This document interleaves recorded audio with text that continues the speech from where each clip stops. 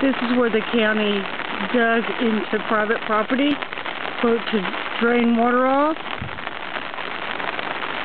And as you see, going up the hill, the water is coming down.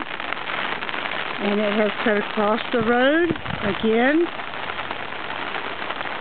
And it's flowing onto our property.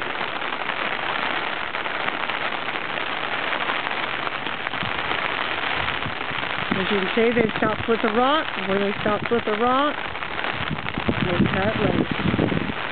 I'm standing in mud. This is my feet.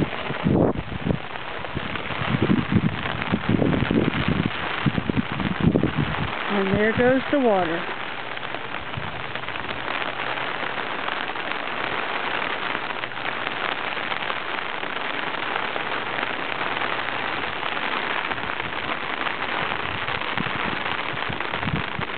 Looking up the road.